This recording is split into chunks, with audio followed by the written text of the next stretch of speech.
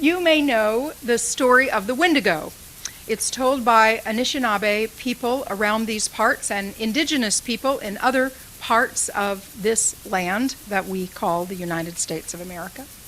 The Wendigo story is often told in winter time, in the hunger times, but as we begin our theme this month, I'm calling my service today, Whose Are We? Whose Are We? The Gifts of Interdependence. I thought it would be good to think about the Wendigo.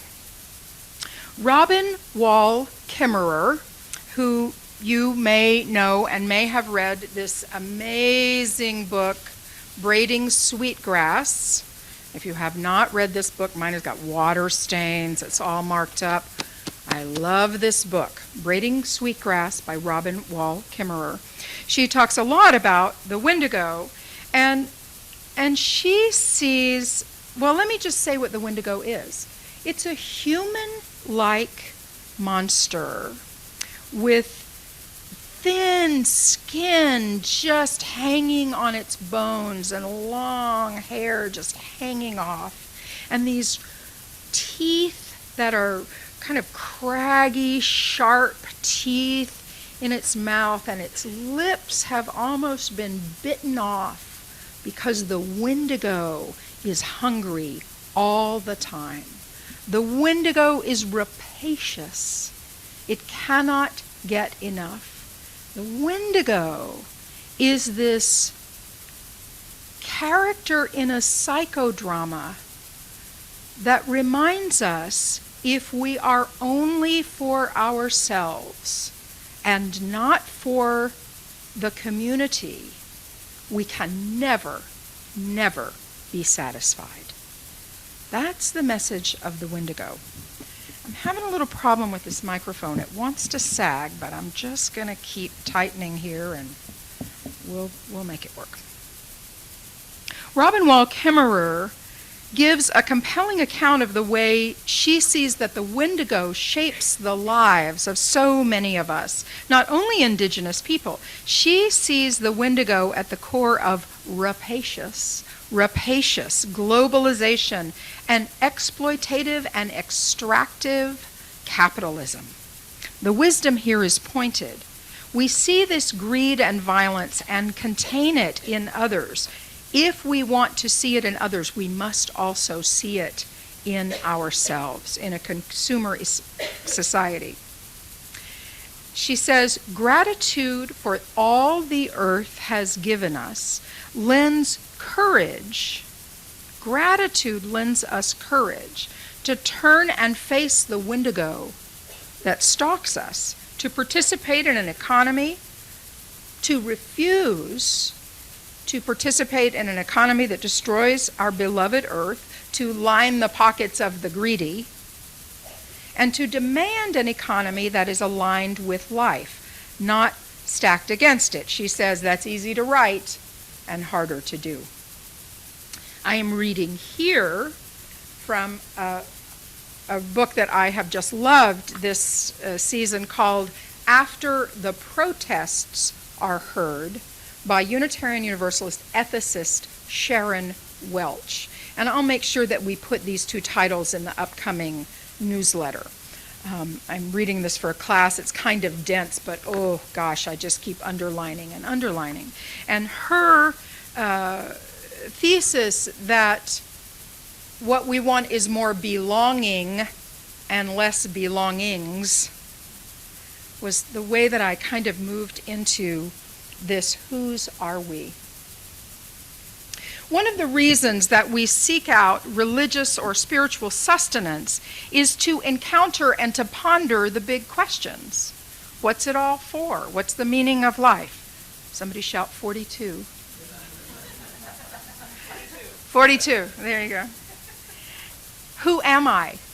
Who am I? That's one of the great questions that religious and spiritual and philosophical discourse help us encounter.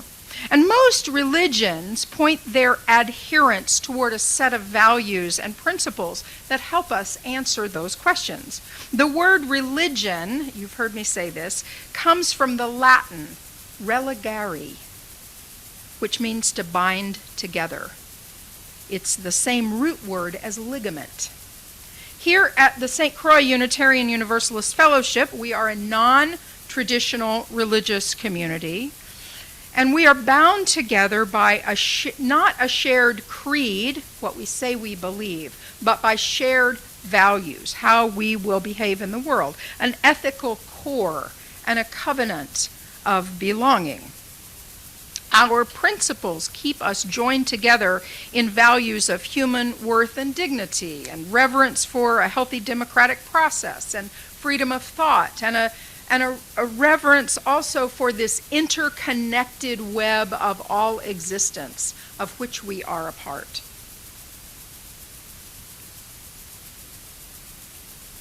Last month, our theme was the gifts of transformation, and I told the story of the butterfly exiting the chrysalis with the message that she has to push out of that cocoon all by herself, and that a butterfly doesn't have enough strength in her, if she doesn't push out and strengthen her wings in that process, she'll never have enough strength to fly. She has to develop them through this great struggle. And I told you that it's an imperfect metaphor, because while there are many things that we must do ourselves, push through the hard parts of our ego, face our own wendigo, own our foibles, become well acquainted, make friends with humility. Those are many of the things that are internal work. We also exist in community, and we help each other. We talked about you are going through a great transformation, and part of the help you will get comes from the Unitarian Universalist Association and the Transitions Office, and you're not alone in figuring out what the next iteration will be. For some of us, the great struggle may be in asking for help and letting the community to which we belong in to help us, to tell our stories to. And we practice that each week. Each time we come up here and put a stone in the water, I'm hurting because of this. I'm joyful because of this. It opens our hearts so that we see how we are connected one to another. Each of us has gone through many transformations in our lives, from infant to toddler to adolescent to adult. You may feel like you're stuck in adolescence. You may feel like you're going backwards, and it's okay. We crawled, and then we tried to walk, and we fell down, and we got up more times than we fell down. And we learned both independence and interdependence. Equally important life skills. You can hear those little ones saying, I can do it myself. Deeply independent. I want to say, we can do it together. I want to talk about interdependence, why it's important to recognize, appreciate, and cultivate it. We can ask of our quest for interdependence the question beyond who am I? That's an independence question. Who am I? The interdependent question is whose am I? Now, for folks in more traditional religious sensibilities, for believers in monotheism, the answer to whose am I often includes a sense of belonging to God, to Allah, to Jesus. Striving for spiritual maturity includes practices that help deepen one's relationship to the holy, the ultimate one. For those of us whose beliefs may not include an ultimate one or a Godhead, what do we do with this question of belonging? Is it enough to say we belong to each other, and that is there an equivalency in that? The Reverend Victoria Safford, who was the former minister at White Bear UU Church, asks a set of questions inspired by a Quaker teacher, Douglas Steele. Steele says that the ancient question, who am I, inevitably leads to this deeper one, whose am I? Because there is no identity outside of relationship. I love that line. There is no identity outside of relationship. You can't be a person by yourself. Do we believe that? Can you be a person? Can you be a whole person without any relationships? To ask, whose am I, is to extend the question far beyond the little self-absorbed self and wonder, who needs you? Who loves you? To whom are you accountable? To whom do you answer? Whose life is altered by your choices? And with whose life, whose lives is your own all bound up inextricably in obvious and invisible ways? Whose choices affect you? By the time you've had your breakfast in the morning, well, I'm a coffee and yogurt and blueberry eater, and now granola. Mom and Dad are making some amazing homemade granola inspired by Gary and Marty when they went there. So my granola, the cells in my body today are influenced by Marty and Gary. I will just say that. By a farmer in, a coffee farmer in perhaps Peru, by dairy farmers in we don't know where, by blueberry pickers perhaps in Michigan, and all the people that they're connected to. This scarf is connected to a shopkeeper in England. All of us, all of what we're wearing, who we are, what we've done, the car that we got in to come here today, is connected not just to a factory, but to the people in it. There are people who put the tires on. All of the ways, all of the ways. The Wendigo is all in it for themselves. The Wendigo thinks they don't need anyone else. They don't need to participate in relationship. I need it all. It is the greed that there is never enough for me. This speaks a bit to authoritarianism that wants more and more and more power. There is not enough power. It speaks to our extraordinary and horrifying runaway capitalism with the greed of there is never enough. It's shocking and stunning, the disparity in income and all the ways that that flows out. In April, the month of Earth Day, you're going to have Earth Day services here and things to talk about with that. We think about interdependence with our Earth, all the things that we do. Let's talk about the car that we rode here in, except those of you who are driving electric. Extractive capitalism. And I'll say that we cannot be pure in our interdependence. I came here in a fossil fuel running car. I love my Forester. I'm eager for them to make an electric, but they don't have it yet. We have choices to make. And so in order for me to come out here to be with you, which is important to you and important to me and important to the community beyond these walls, there are ways that we have to participate that we don't wish to. And rather than feeding that Wendigo or the sense of shame that I'm not doing it perfectly and cannot, I can be in community with people and speak about it and work together for better solutions. We are not stuck. What interdependence helps us do is helps me do, is get out of the stuck places. I think there's a thing that happens for us liberal religious folk, most of whom are come-outers from other religions. We decided that that was not for us, and we thought our way to where we are now. All good, don't want to speak against that. But the danger of that going too far is the wendigo of individualism. That my thought and my thought alone is the one that rules everything around me. It's a very middle class idea, this individualism. In indigenous cultures and in cultures that truly need each other to survive, there's much more of a communalism than individualism.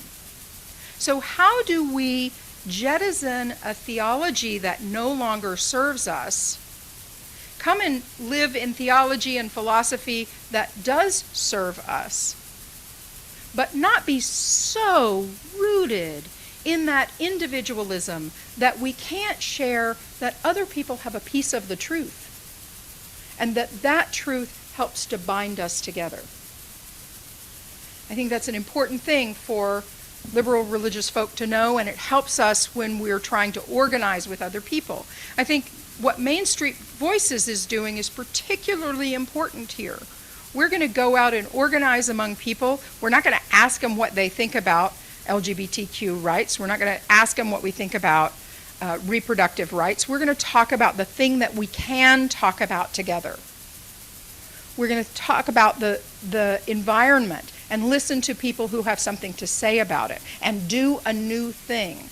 I don't think if you're so rooted in individualism that you can do the kind of thing that Main Street Voices is doing. And I want to lift that up as a model of asking and reaching out, both taking our message out and asking other people, because that's an important piece of confronting the wendigo, is not to do it on your own. Some is inside work, but we do that inside work as we're supported by community. Solutions have to arise from relationships to be effective. To be in relationship is not to be transactional. Well, we want to do this thing in the schools, so we're going to just have a transaction with the school, and now we're done. No, we've created relationship and shown that we do a different kind of thing, and hopefully those relationships will continue. It's better to lead with relationships than with solutions. Whew, that's hard for me. I want to tick things off my list. Those are solutions. And being the smartest person in the room is to have the solution. That's how we get the goodies, right? That feeds us. But leading with relationships lasts longer. We are restoring relationships of respect and responsibility, reciprocity, and love. This is our moral covenant. To be in relationships of respect, responsibility, reciprocity, and love. Those are the words of Sharon Welch. She talks about 7 different wendigos as a collective that we need to address and overcome. And this is in her book, After the Protests Are Heard. The 7 wendigos that we might look at to increase our interdependence include extractive capitalism and excessive consumerism. I'm cleaning out my house now. Oy. There is some shame there with my excessive consumerism. There really is. Why did I buy that? Oh my gosh, now I have to get rid of it. Where does it go? I vow to now think of things about the end of their life with me. That is a shift. Excessive individualism, I spoke about. Paralyzing fighting over strategies and ideas. What's the best way?